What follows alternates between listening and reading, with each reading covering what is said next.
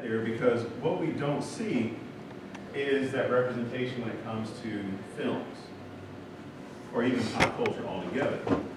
So of the top 100 films in 2014, you see there's a difference with the demographics. So 73% representation white, black is about where it is, Asian drops a little bit, Hispanic drops significantly. So you're going from 16% all the way down to 5% representation. Now, the effect that it has is this Slate put together a pretty good video compilation and discussion about diversity and how it can shape our perspective about cultures that we're not familiar with, people that we don't associate with that much. Whoever did the study, but one of the more recent studies that talks about interaction or cultural interaction said that 65% of African Americans don't associate, at least in their personal lives, with someone white, well, significantly white, specifically white, I'm sorry. And then it said 75% of people identify as white don't associate on a personal level with African Americans or Hispanics. It's about 10 minutes. So yeah, probably. But this video that we put together talks about some of the issues with immigrant communities, black, Hispanic, female, and various marginalized groups and how they get represented and misrepresented on screen. We didn't say anything when you dyed your hair and when you got blue contact lenses, or even when you started saying things like neato and tennis. It's how white people talk, Mom. Oiga, Volt. But Manhattan? I'm sorry, but I don't want to live my whole life in Bear Creek, South Dakota. It's 1992, and nothing has changed in this country. If you want to get anywhere, you need to be blonde and white. But you're an Indian, Jackie Lynn. So how does something like this happen in 2015?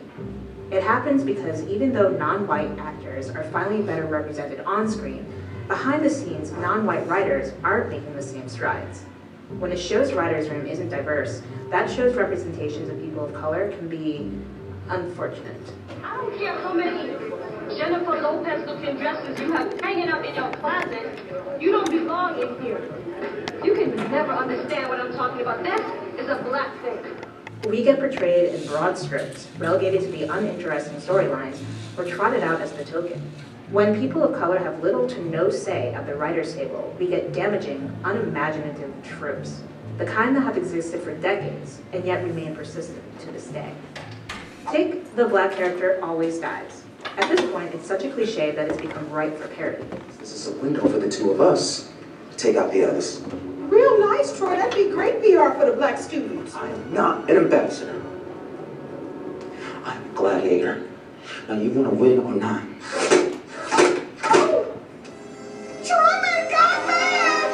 But it's more than just tired, unoriginal storytelling. It says something powerful about the dynamics of the writer's room. A mostly white writing staff often doesn't feel compelled to develop black characters in a meaningful way, so their deaths mean nothing. As in life, black lives on screen don't matter. The Walking Dead was once among the most notorious examples of this. And I'm the one black guy. Realize how precarious that makes my situation. T-Dog spent much of the first 2 seasons without any dialogue, and barely any character development. A fact many critics and fans of the show were not hesitant to point out. It quickly became a running joke that the show could never have more than one major black character on at a time, as if there were a line waiting patiently in the wings. And when black characters aren't being killed off, they're often relegated to the best friend role, i.e. the support system for the white protagonist. This is my handsome friend Harris. Black. Barb. I can't stop. Help me. Sometimes this means that most, if not all, of their storylines are somehow related to the protagonist, helping them get out of a convoluted situation, listening to their heartache. Rarely are these selfless acts of friendship reciprocated on the part of the white protagonist. It may take much longer, even a couple seasons, than with the other white characters for us to learn anything substantial about their personal lives. It's always the same role, over and over again, tell them the role. Well, maybe because we're not intimidating, but we always go out for the black best friend. Always. Always. Because you guys understand that all groups of 3 white men have to have 1 black friend. Have to. That's a rule. Well, he's cool. It makes them cool. Right, It makes them not racist. And and the black best friend always has the same lines. Damn. Or like, no, he didn't. And the ubiquitous, oh, hell no.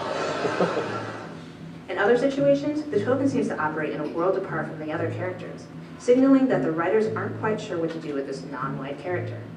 Winston from New Girl was precisely this in much of the first season. While Jess, Nick, and Schmidt had their adventures, the show's sole black character hung on the periphery in underdeveloped, stifling plot lines. I love you, but you're white, I'm black. I understand where she's coming from. The sitcoms love a weird foreigner. The character from a different country who speaks funny has difficulty understanding American customs to the hilarity of everyone around them, and is often awkward. Rarely are they characterized in any way that doesn't directly relate to their exoticness. While ostensibly white foreigners have occupied this role as well, the limited opportunities for other representations among people of color makes this an especially fraught trope for non-whites. The car, the hospitable, the beautiful woman that makes the foam come out of the mouth. Decades later, the trope lives on. Think Fez in That 70s Show, or Raj in The Big Bang Theory, or Gloria on Modern Family. Ain't this what you want, the perfect American wife to make your life more convenient?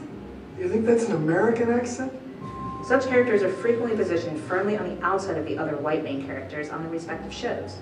Gloria's accent is a recurring joke, as is the violence that exists in her native country, Colombia. What else do I say wrong? Well, it's not blessings in disguise. It's blessings in disguise. Raj's Indian heritage is frequently a target for racist comments from Sheldon. In our ragtag band of scientists with nothing to lose, I'm the smart one, Wallowitz is the funny one, and Kutherpali is the lovable foreigner who struggles to understand our ways and fails. And both Raj and Fez spend much of their time demonstrating emasculated traits. So I decided to donate my entire Playboy collection to the needy. Here you go, Fez. You're giving Fez a box full of nudie magazines? It's like giving a monkey a loaded gun. Which brings us to another pesky trope. For the first 6 seasons of Big Bang Theory, Raj was a selective mute and incredibly awkward around women. Essentially, an incredibly emasculated Indian character, despite being brilliant. So, you guys work with Leonard and Sheldon at the university?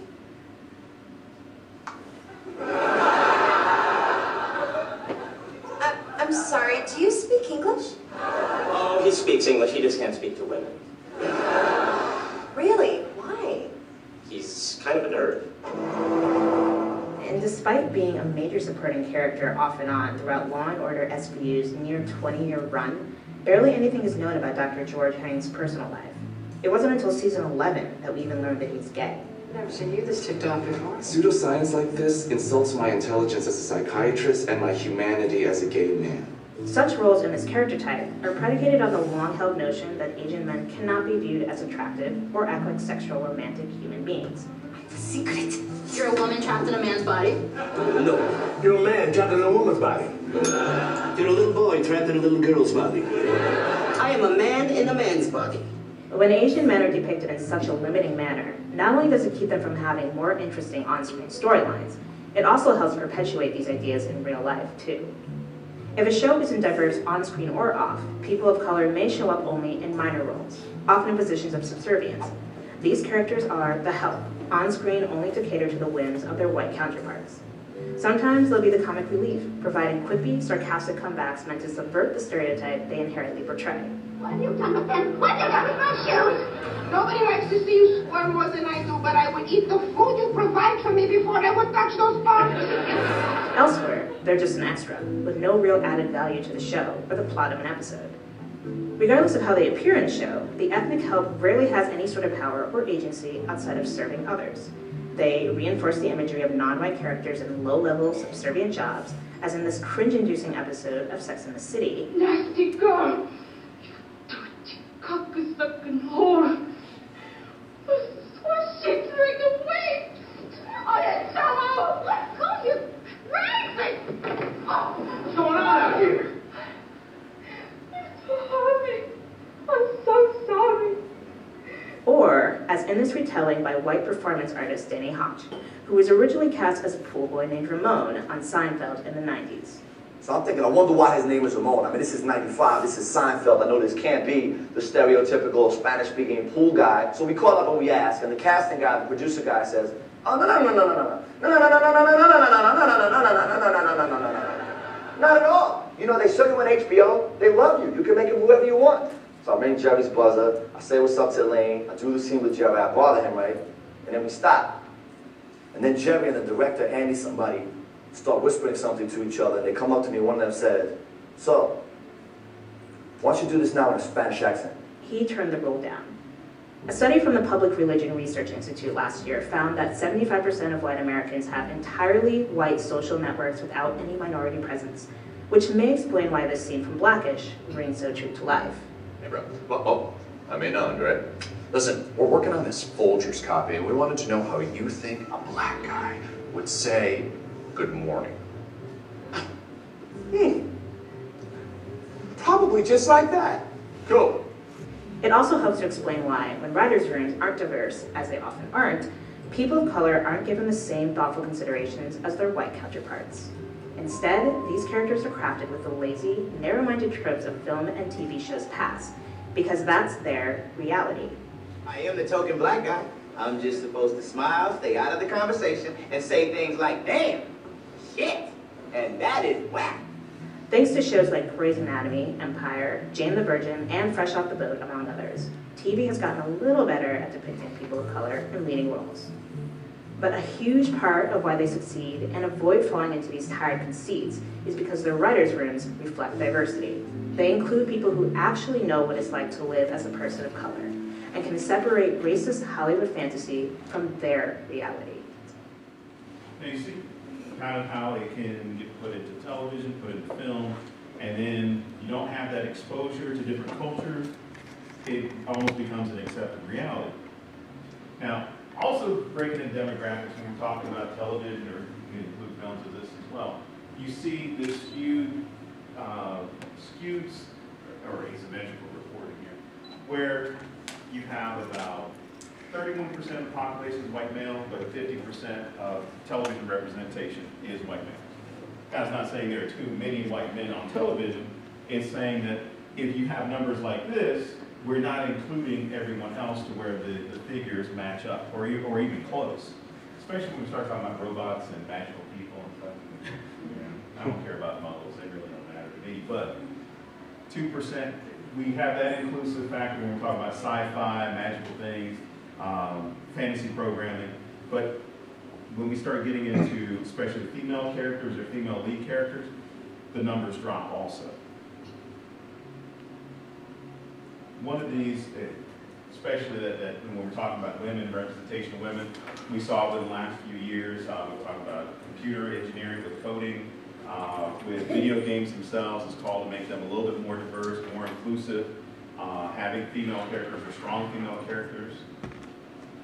Got met with huge blowback by the gaming community, which for the most part is still seen as male-dominated space, very sexist, very misogynistic, very bigoted in a lot of cases, where you have people who have very loud voices shouting the most, and they're trying to stop any change because they want their female characters to be put in a certain box, and they want their male characters to be the heroes.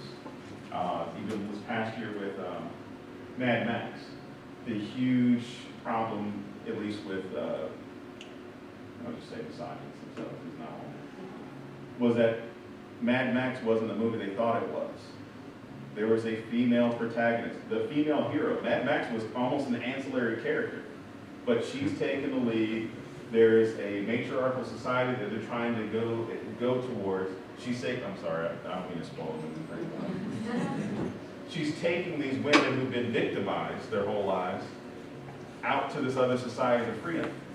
And for some people, that was a little bit too much. Even Star Wars, the change to where now there's a female lead character and a hero, was a little bit too much for Star Wars fans. And speaking as a Star Wars fan, I don't know if those guys associated with any of my favorites.